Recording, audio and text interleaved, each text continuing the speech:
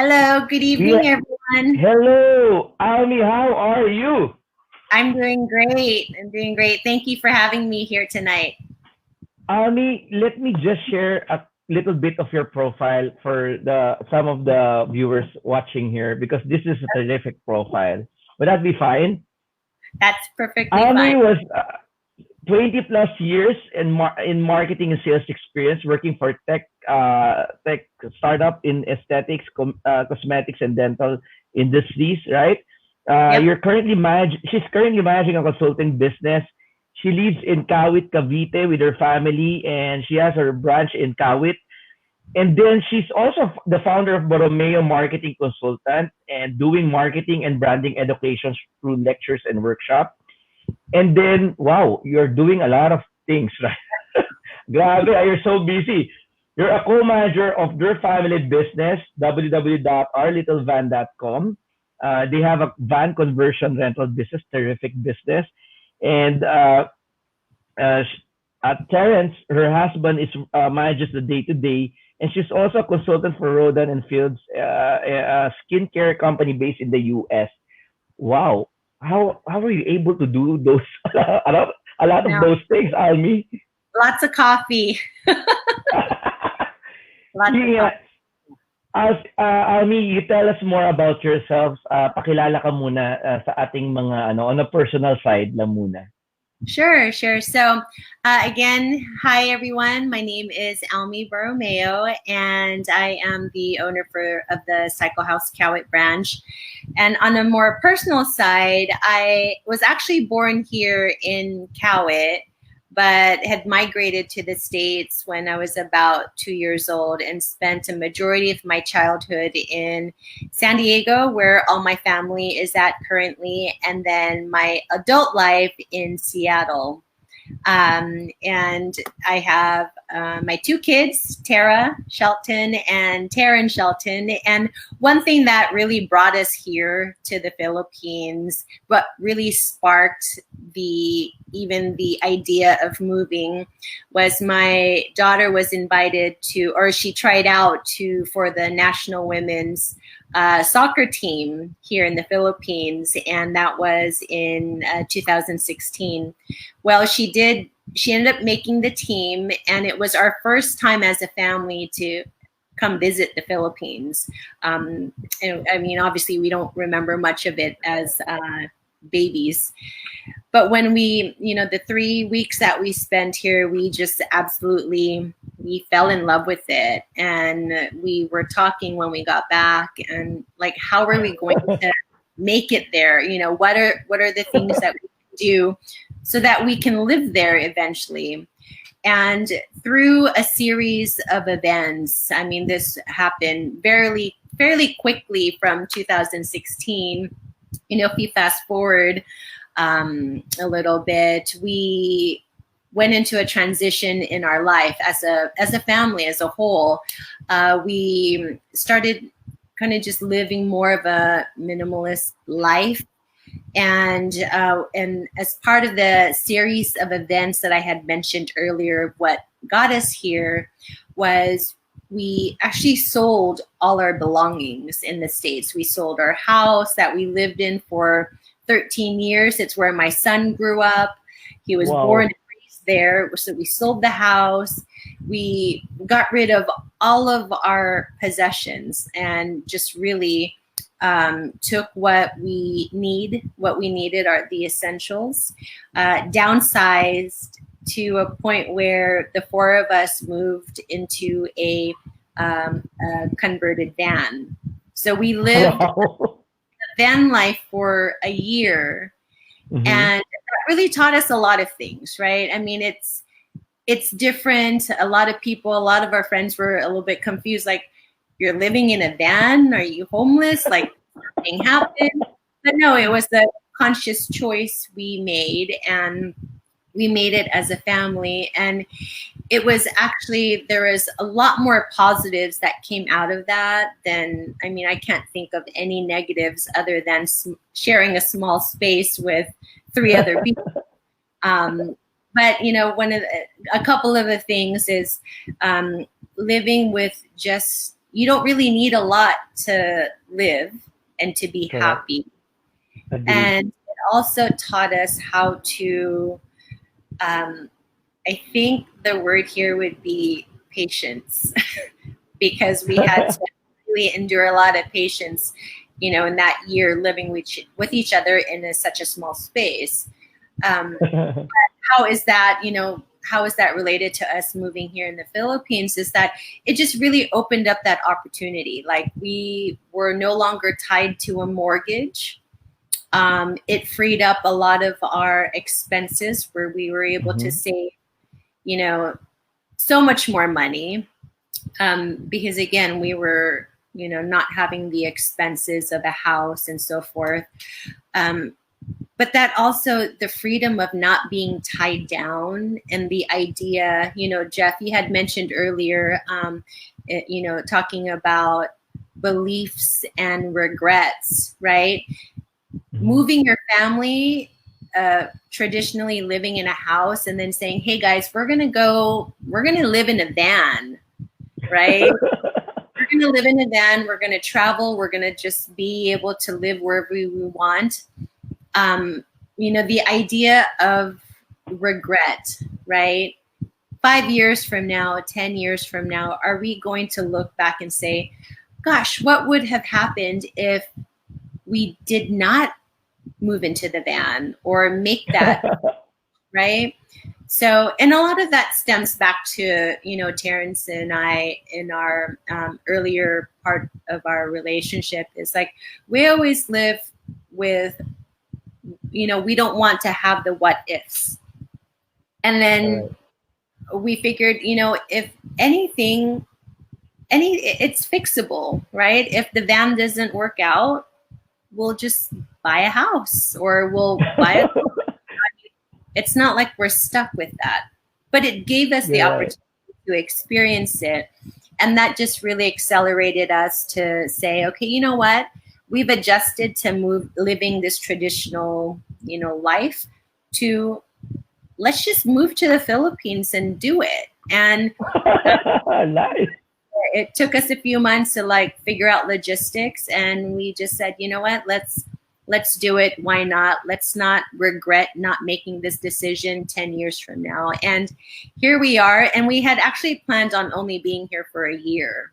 So our year was up this last June. And with the combination of fate and chance, I mean, we're calling this our home in the long term.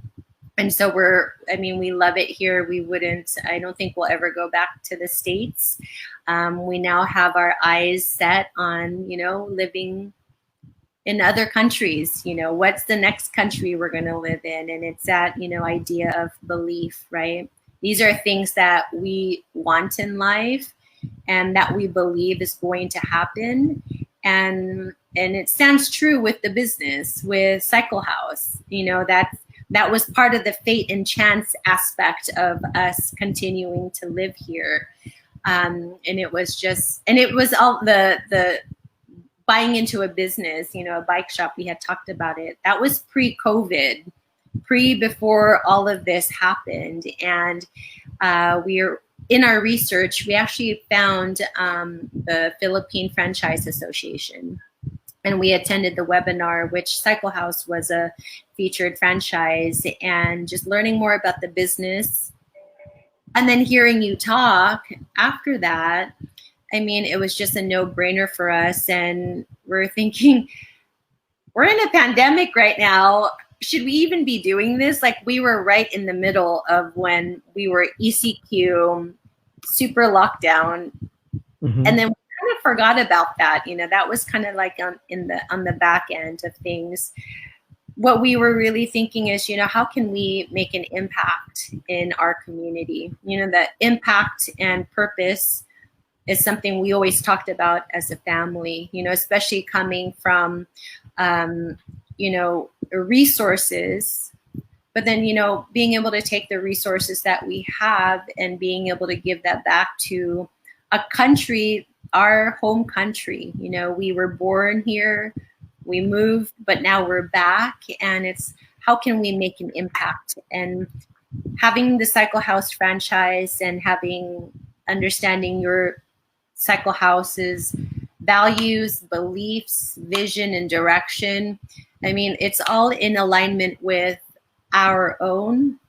And so we want to continue that. And having the shop here in Kawit, where I was born, it is, pretty, I am pretty humbled. And then at the same time, pretty proud that, I have a platform where, we can make that small impact that'll become something greater in the future. Like, if we have a few minutes, I just want to talk about the one effort we had at the shop was, the climate change was something, climate change and art. As you can see behind me, I love art. I love to draw, and it's just one of my hobbies. I try to,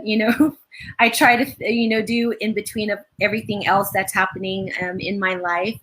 But climate change, coming here especially, it's very apparent, coming from the States. It is, I forget that I'm living on this beautiful island, but it's, it's still a third world country. And there needs to be a little bit more education within, Correct. Can do it on a wide basis, but I'm going to start small and start with where I live here in Kawit. Correct. And if it's starting with our youth and instilling with them, what does climate change mean?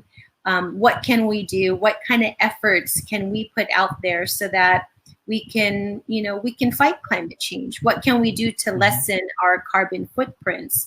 And so I had ran our first annual bike art contest with the focus around climate change, just so that, and I had opened up the contest to just kids 4 to 19 years old, just to spread that awareness. And here, we have our winners. I mean, the art that they produced it was a lot of creativity. It was fantastic. And it was just truly seeing their passion, but then also combining that with the ideas of climate change, like what can they do, and really seeing them put that in what you see here in their art. It's truly amazing. And so I think my purpose, to end with that is just, the purpose for me is having a shop that share those same values, but being able to give back to the community. So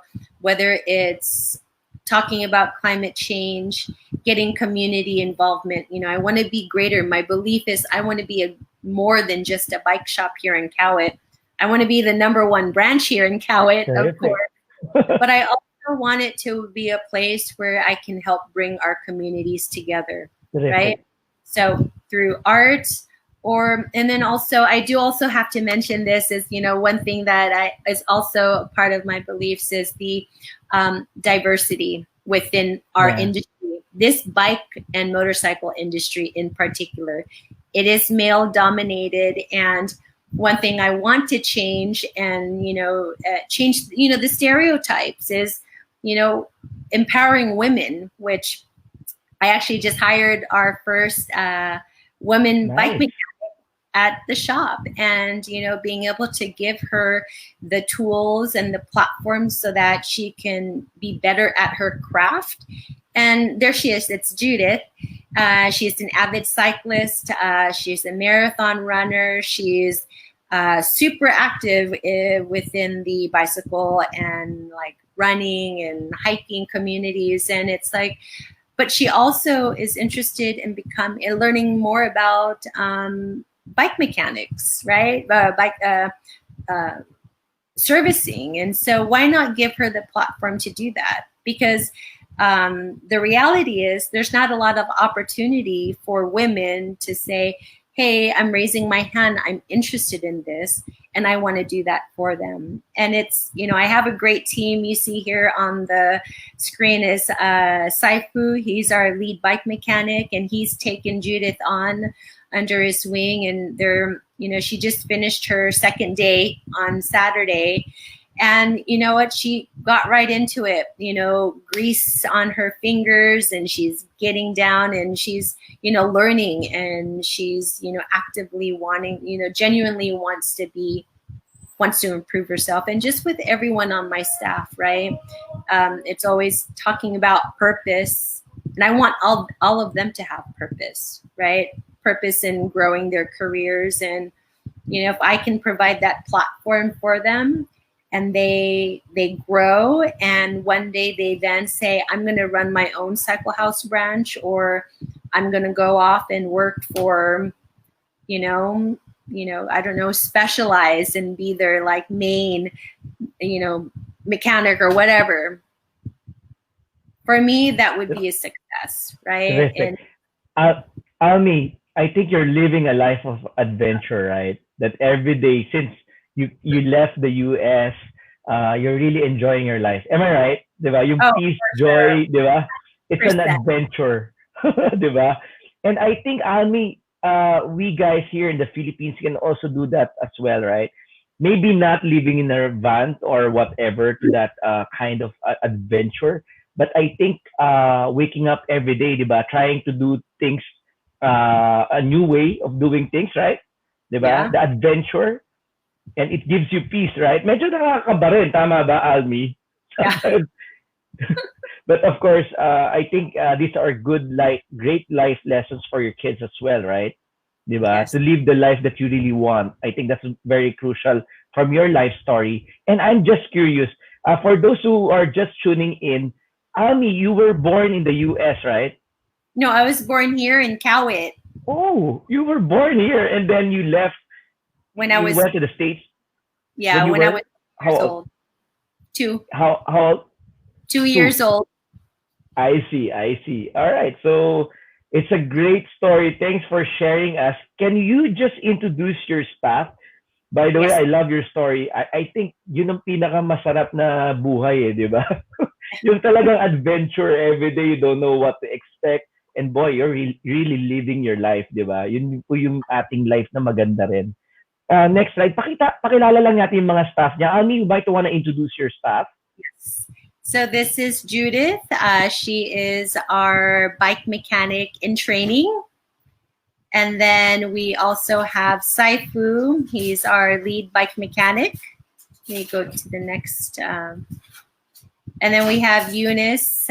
She is our store manager, and we are also, we have put her in a business development for wholesale for the shop. And she's also my first cousin, so it's good to have family as part of the business. Good. And then Alden is our, Alden and Eunice do share the store manager responsibility, so they do split their time.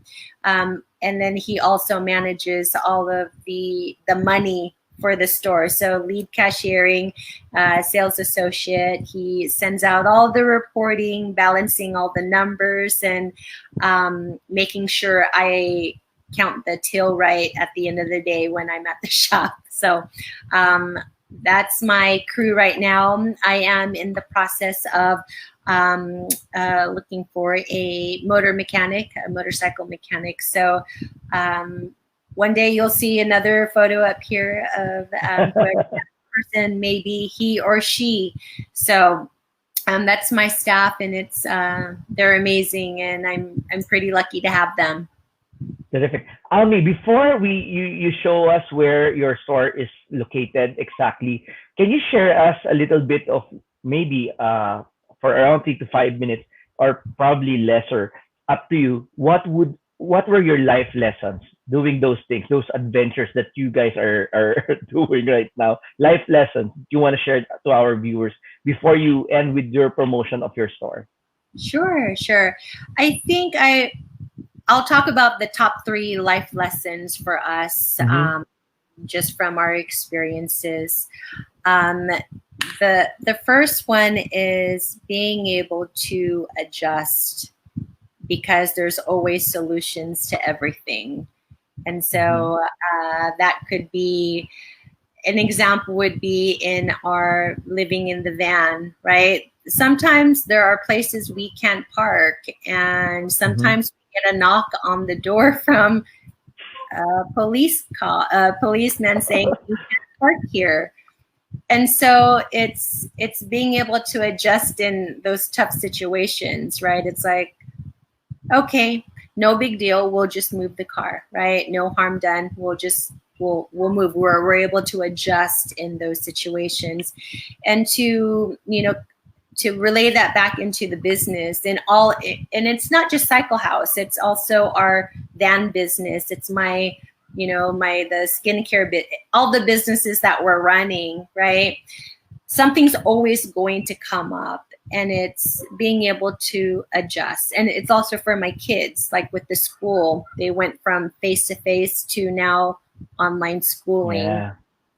It's going from soccer face-to-face on the field to now Zoom trainings.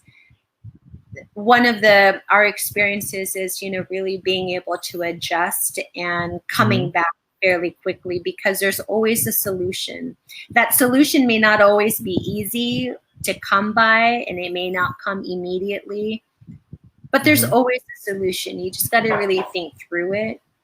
The second one I would say is the resilience to change, because our lives is constantly changing, especially our lives, that the life that we've lived and are continuing to live.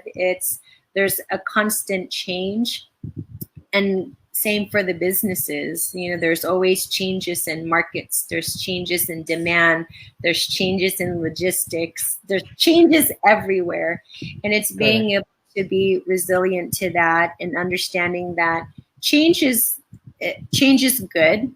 Sometimes it hurts along the way, and there's a lot of pains, especially when you're trying to grow, right? With any company, my experience working with a lot of startups is that with growth, especially fast growth, there's going to be growing pains, and we don't want to feel it, but we have to feel it in order to move to the next, to the next level. So being able to, the resilience part is it's not going to be there forever. You'll get past it. You'll get through it. And, at the end, it's, again, when you talk about beliefs and your thinking, it's always, there will always be something at the end, right? Whether good or bad. Mostly good, because those are the things that we try to think of as, positive thoughts. Because you can only control what you can control. Everything else, well, that's up to them. But you can control how you feel and, what direction you're going to go. And then lastly would be is just doing what you love to do and what you believe in, and just really going after it, whether it's the success of a business or following your passion or being an advocate for, those that may not have a voice, right? And being able to do those things and empower. You talk about empowerment, right? Those are the things that, our experiences where we've been able to take away from with each other, and being able to, show that and do that with the people that we interact with, whether in person, on a personal basis, or on a business level, right? So being able to, take what we believe in and just go after it. Because you only live once, and you don't want to live with regrets. Almie, there's a comment here from Moses Lazaro. I love the idea that Miss Almie took a risk and went back home, did cycle out during the pandemic, and now educating younger people and making that impact. More power to you. How does that feel? That feels so good. Like I said, it's these little things, right? When we're doing it, it doesn't feel like it's doing anything because it's so small. But I do have to remind myself it's, if I can do enough of these little impactful things and have other people do little impactful things together over time, it'll be super amazing and super big. Yes, Almie, and we are so privileged to have you as our franchise owner. And you're making an impact in the Philippines. I hope you get to inspire more people here in our country, di ba? From where you are born when you were 2 years old, di ba? I think you Yeah. can really, really help our society. You can really help our society. Your views, di ba? The way you are promoting diversity inside your business, it's just terrific, Almi, and we're so proud of you and your family as well, right? So, Almi, thank you again for sharing your life here with us and your family as well. And folks, that's the way you live your life. That's a power up Monday talk. Thank you, Miss Ami, and we wish you well there in Kawit, Cavite. Thanks for joining us and sharing us your life lesson. Thank you so much. Thank you.